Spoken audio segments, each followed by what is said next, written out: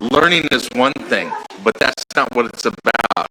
It's about somehow fitting into this social structure. No one wants to make waves. No one wants to stick out.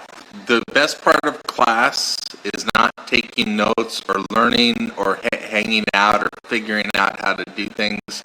The best part of class in school is lunch. And then at lunchtime, it's the only time to get away from all the chaos, all the chalk on the board going and write it on the paper and have it make sense. Then all the people jammed together like sardines because they're all trying to fit into these rows. When the teacher would say, break apart and form social groups, then everybody's searching with their eyes to try to make eye contact and say, oh, I want to work with them, I want to work with them. So there's so many things going on. It's something that it's such a foreign thing. Being in a classroom makes me feel naked, vulnerable, and anxious. Like I feel like I'm a prey item, and there's all these predators out there. My sensory system is different than the people around me because I have autism.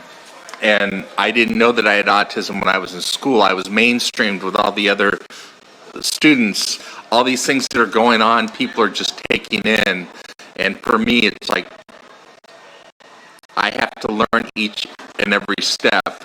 And like I should have basically started yelling out and started banging my head against the wall like an autistic person would do. But something inside of me said, I'm not going to do that. I'm just going to internalize all this and suck it up like a sponge. And that does damage. I didn't have a voice, you know. You have people that, I mean, they look a certain way, they smell, they're wearing all this stuff on their bodies. It's like all the smells are coming off. It's like they smell a certain way.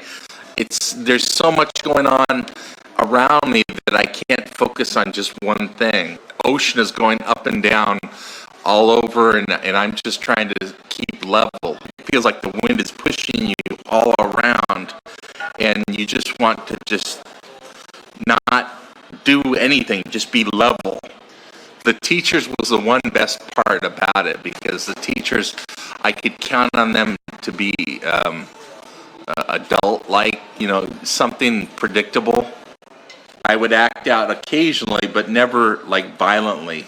Get there early to class, talk to the teacher, and it wasn't very normal interaction like the other students, but it was something that the teacher is just trying to get through their day and survive. I realize the students aren't trying to make my life hell, but they are. The desks all lined up one after another, 7 in a row.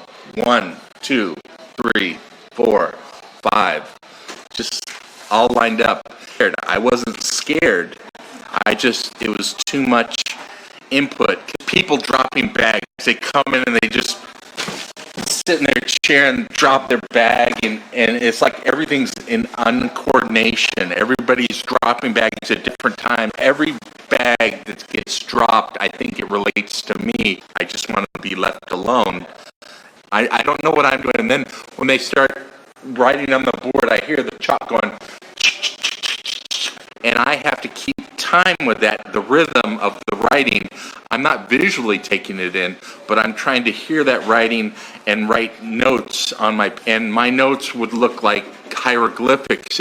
There's no peace. It's like you're constantly keep writing, keep getting information, and the information doesn't make sense. And then when I get the notes at the end, they don't make sense. I have to find other ways to learn. I'm doing this project because I want to show that these pictures make sense to me. And I want to make it sense so that other people that understand chaos like I do in a different way can make sense and get some peace and satisfaction from this release.